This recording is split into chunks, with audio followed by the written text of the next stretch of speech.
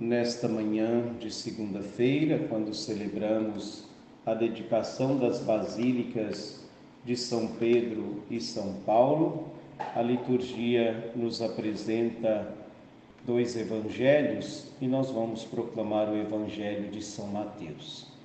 Proclamação do evangelho de Jesus Cristo, segundo Mateus.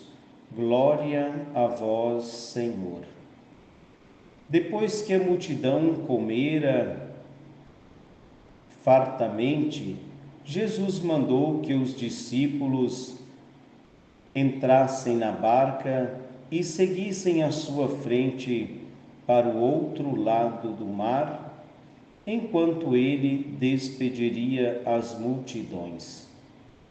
Depois de despedi-las, Jesus subiu ao monte para orar a sós. A noite chegou e Jesus continuava ali sozinho. A barca, porém, já longe da terra, era agitada pelas ondas, pois o vento era contrário. Pelas 3 horas da manhã, Jesus veio até os discípulos andando sobre o mar.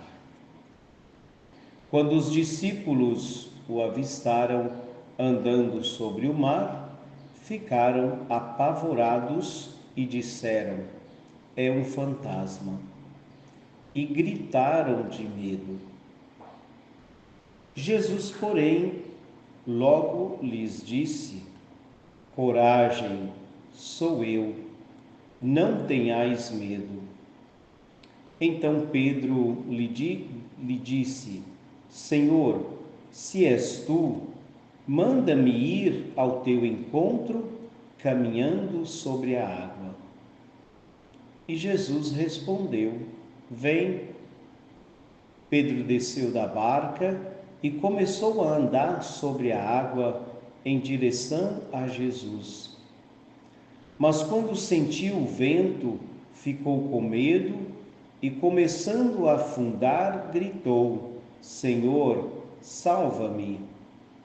Jesus logo estendeu a mão, segurou Pedro e lhe disse: "Homem fraco na fé, por que duvidaste?" Assim que subiram na barca, o vento se acalmou. Os que estavam na barca prostraram-se diante dele, dizendo: "Verdadeiramente, tu és o Filho de Deus." Palavra da salvação, glória a vós, Senhor. Queridos ouvintes, como falamos na introdução deste programa de hoje, celebramos a dedicação das basílicas de São Pedro e São Paulo, dedicação dessas basílicas que formam também a unidade, que quer expressar a unidade. A Basílica de São Pedro, que foi primeiramente construída, erigida por Constantino, e também ela foi consagrada pelo Papa Silvestre. Depois teve que passar por reformas. Igualmente a Basílica de São Paulo foi consagrada, depois de sofrer o incêndio, reconstruída. Mas celebrar a Basílica, a dedicação dessas basílicas, São Pedro e São Paulo, desta unidade, e também olhando para esses dois grandes pilares da Igreja, nos faz pensar na unidade da Igreja nos dias de hoje. Precisamos rezar pela unidade da Igreja, mais do que nunca. Precisamos rezar pela unidade da Igreja. Que esta celebração, que esta dedicação das basílicas São Pedro e São Paulo, como eu disse, essas duas colunas da igreja possam nos ajudar no dia de hoje a pensar e agir para que haja mais unidade dentro da Igreja de Jesus Cristo. O Evangelho, esta página de São Mateus, que nós acabamos de escutar, é o texto que vem logo após a multiplicação dos pães, depois que a multidão já tinha saciado a fome corporal. Muitos estavam ali também atrás de Jesus para saciar a fome espiritual. Quantas pessoas hoje também acorrem a Jesus para saciar a fome corporal, para saciar os desejos pessoais, sem muito pensar na unidade da igreja, sem muito pensar no outro, corre atrás dos seus interesses. Com certeza, também muitos acorrem a Jesus, ele como pão vivo descido do céu, para ser alimento na vida dessas pessoas. Jesus que dar-se em alimento, Jesus que se faz pão para estar mais perto de nós. Depois desta pregação de Jesus, depois desse milagre, desta partilha, Jesus precisa estar a sós para rezar. Jesus precisa falar com o Pai. Ele quer fazer isso na intimidade, Ele e Deus. E, portanto, pede aos discípulos para entrarem na barca e seguir para o outro lado. Mas Jesus continuava ali rezando, nos ensinando como deve ser.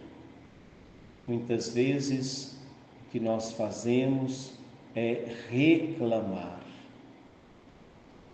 E depois de uma pregação, depois do cansaço, a gente reclama, a gente fala. E depois de tudo isso, Jesus subiu ao monte.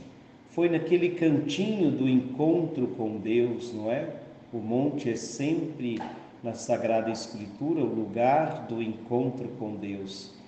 E Jesus foi ali rezar a sós. E diz o Evangelho que a noite chegou e Jesus continuou ali. Momento de intimidade com Deus. Jesus nos ensinando que a oração, este diálogo com Deus, esse momento de intimidade com Deus é necessário. E muitas vezes o dia passa e nós corremos atrás de muitas outras coisas, porque precisamos correr atrás de muitas outras coisas e às vezes deixamos Jesus de lado. Como segunda opção, não é verdade? Porque muitas vezes nós não acreditamos, fazemos como Pedro, quem sabe até damos atenção mais a fantasmas, entre aspas, do que o verdadeiro Deus.